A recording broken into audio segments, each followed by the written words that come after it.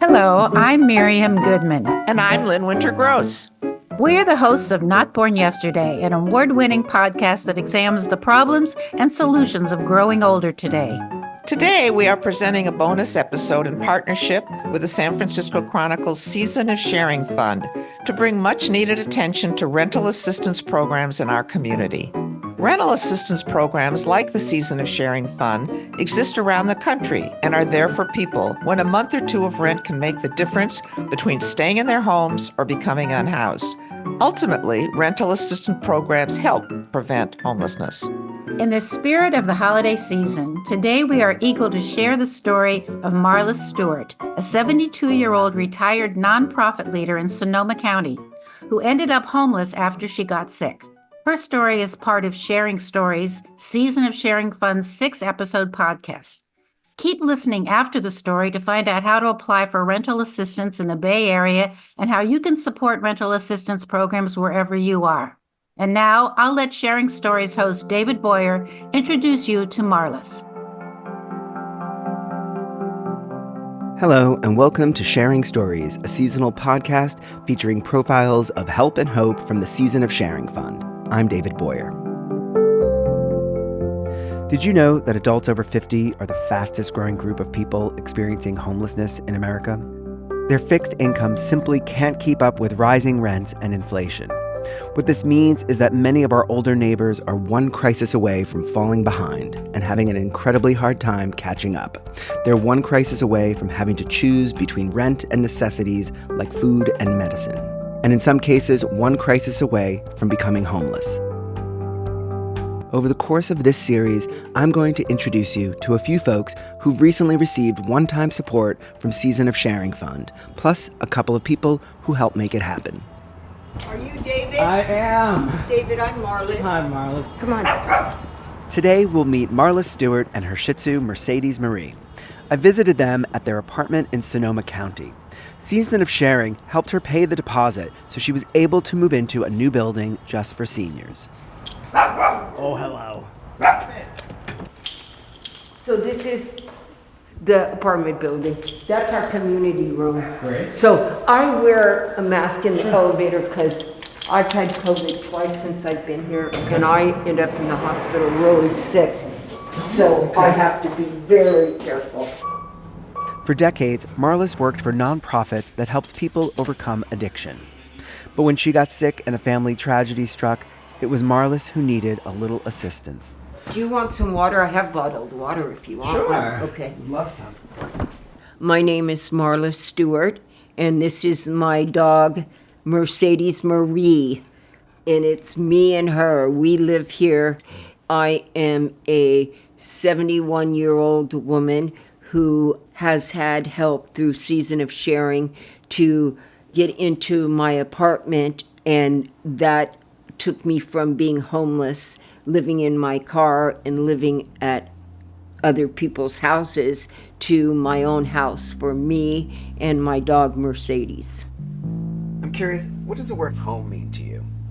Home is to me a place that is mine. I feel comfortable, I feel safe, I can cook, have friends over, I can watch TV, read a book, or just lay around all day if I feel like it. You have to be 62 or older to live here. And, you know, when you reach a certain age, things are different. We kind of stick together. We watch out for each other. Like, if I don't see somebody for a few days, I call them to make sure that they're okay. And that's what we do for each other here. And you don't find that at too many places. So I like being here. I feel safe.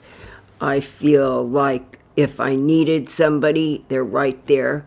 The first time I got sick here, it was in the middle of the night, and I was so sick, I just got downstairs, and I ended up knocking on somebody's door and asking them to call an ambulance for me.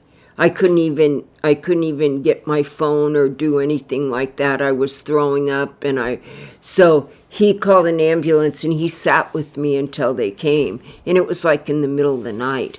Most places people wouldn't have answered their doors. The building's location is particularly appealing. There are plenty of leafy spots to walk Mercedes, and it's right next door to Kaiser, so Marlus can also walk to her doctor's appointments and to pick up her prescriptions. I still drive, but once I'm not driving anymore, I can walk to Lucky's or to Safeway or take the bus. And right now, I help people that can't drive and don't have any family. I take them to the store to get their groceries and that. I try to help people that don't have family because I don't have any family really left. I have my granddaughter, but she has 6 kids, and I've figured it out to take care of myself.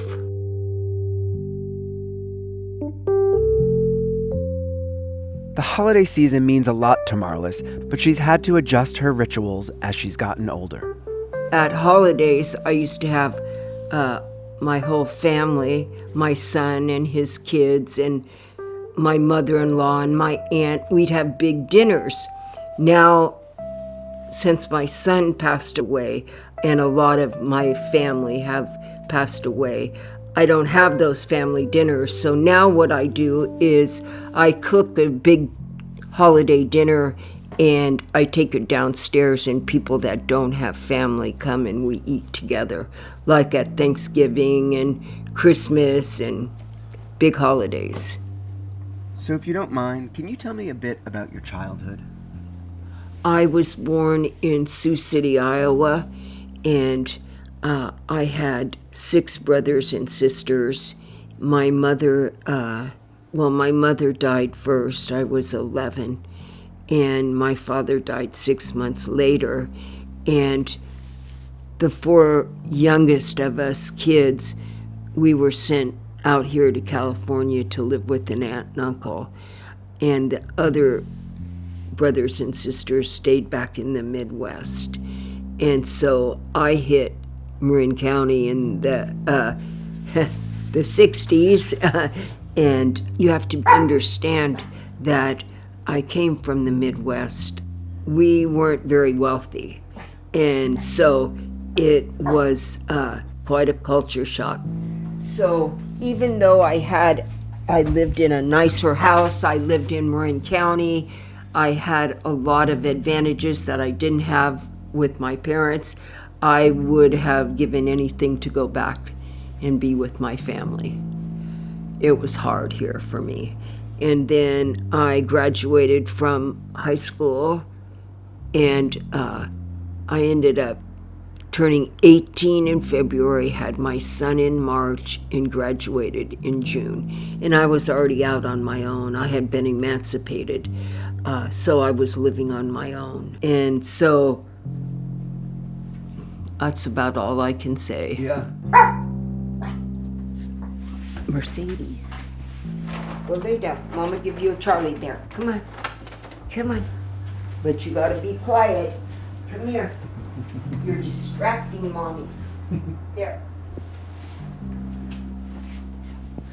And so, that's how I ended up in California. I ended up here, and I am a recovering addict.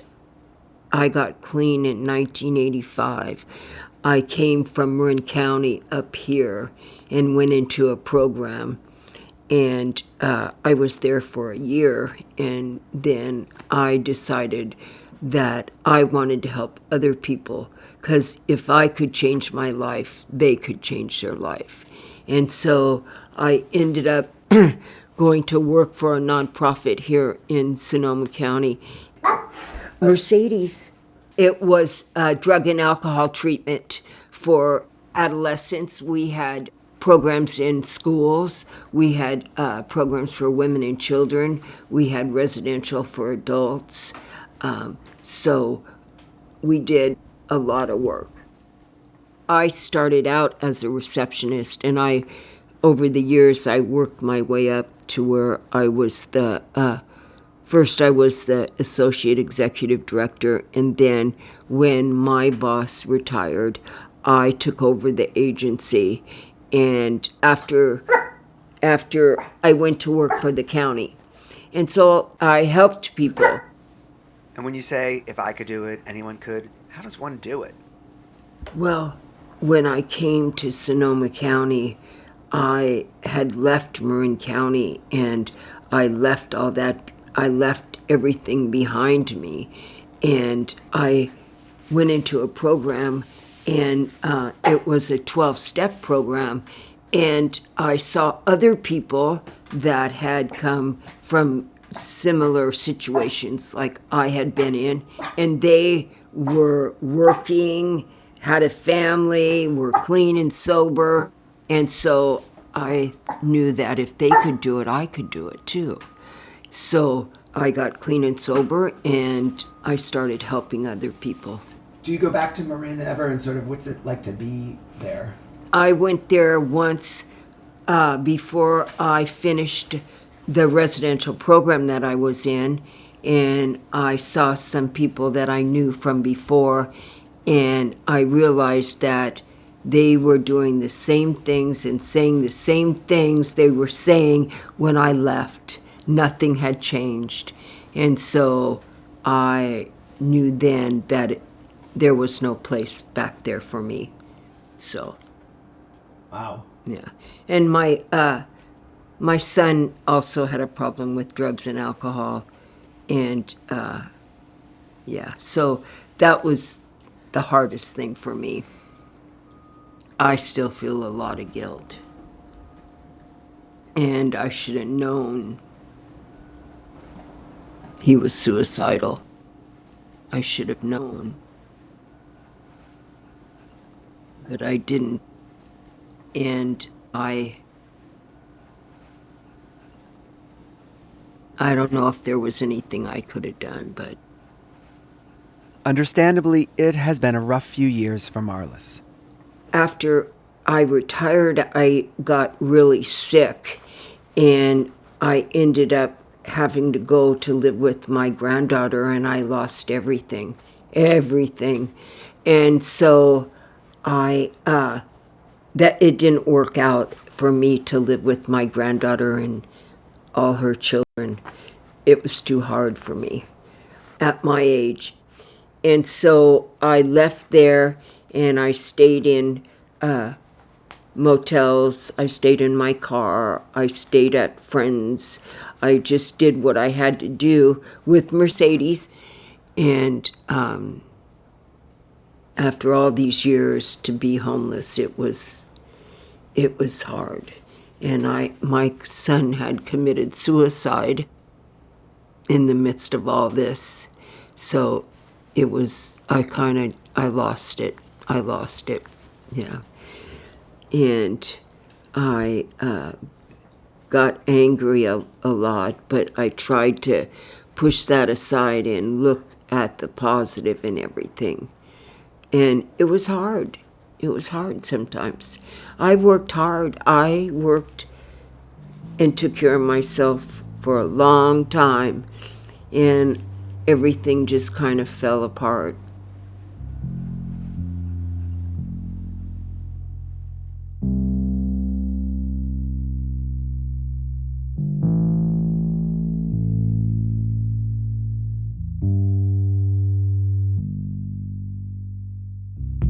I rented a room for a while, and I applied for Section 8 housing and all kinds of lotteries. And fortunately, I still can use a computer. I still have a computer.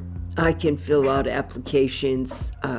So it wasn't as difficult for me as I think it would be for some people my age that maybe never used computers. So, but there's a lot of hoops to jump through, and it's discouraging sometimes after you go through all that, and then they tell you, oh, you didn't qualify, or you make too much money, or, I wouldn't get in, and they would tell me, well, apply in 5 years, and I said, I'll be dead in 5 years, I don't think I deserve it or need it any more than a younger person.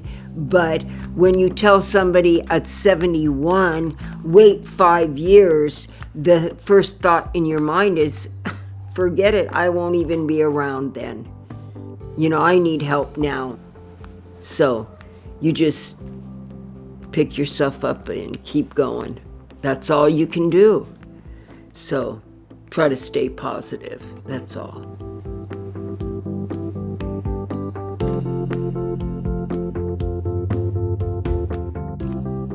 Finally, in 2022, things began to look up. I ended up getting in a lottery, and I got a apartment downtown, and when they wanted a deposit, I had to come up with the rent first, and I only get my Social Security and a small pension from the county. So I didn't have anything to fall back on. And so I had to find some way to get the deposit. Otherwise, I wouldn't have had it. I wouldn't have been able to get an apartment.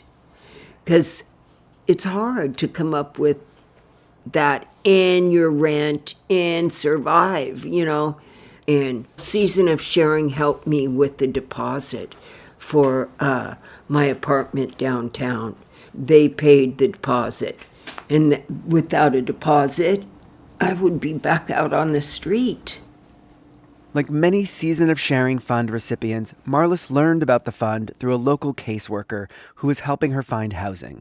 After Marlus won the lottery, that woman told her about the Season of Sharing Fund and what she needed to submit to apply. Bank statements, proof of income, things like that. That's all. It wasn't, I don't remember it being too overwhelming for me, so I just took pictures of everything and sent it in. Because at the time, I only had my cell phone. I didn't have my computer. But I sent it to the lady that they assigned me to for Season of Sharing, and she went through the whole process with me. So it was great. She remembers finding out that the Season of Sharing Fund was going to be able to help.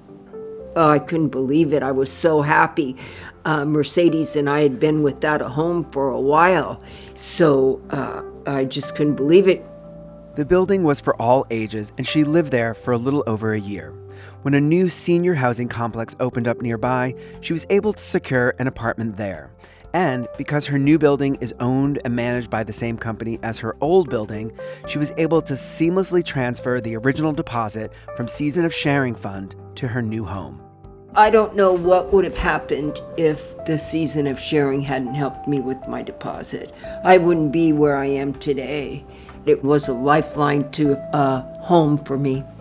And I feel like I'll live here till I die. So that's what living here means for me. I have a place to finish my life in. And I'm sure there's a lot of people out there that need help. I see them every day, and sleeping in the bus stop, sleeping on the sidewalk. They don't even have a car to sleep in. And so you can see the need that is there. So that's why I have always been willing to help anyway. Plus, working for a nonprofit for 30 years, I know how tight the funding is. And so if I can help Season of Sharing get the funding they need to continue this, then I'll help. Mercedes. Yes, Mercedes is barking. Mercedes is, I think, wanting to go out for a walk. I can't thank you enough for taking the time. I hope it's good and it helps Season of Sharing. Are you going to take her for a walk? Yeah, I am. Can I join you? Yeah, she doesn't go very far when other people are there. Okay, we're gonna go. You ready to go? Let's go. Face. Let's go. I know, I don't know what I would do without her. I know. Mama would be lost. Thanks for listening to Sharing Stories, a seasonal podcast from the Season of Sharing Fund. Okay, Mercedes Marie. Let's go to the elevator. Come on, sissy girl. If you or someone you know in the Bay Area has experienced an unforeseen crisis and could benefit from one-time financial assistance from the Season of Sharing Fund, go to seasonofsharingfund.org and click on the Get Help tab to learn about how to apply. Here we go. Babies. Come on, let's go. And if you want to hear more stories from people like Marlus who have benefited from this safety net, go to seasonofsharingfund.org/podcast. You can also learn about rental assistance programs wherever you live. Hi, Joyce. Thanks for listening and have a safe and happy holiday.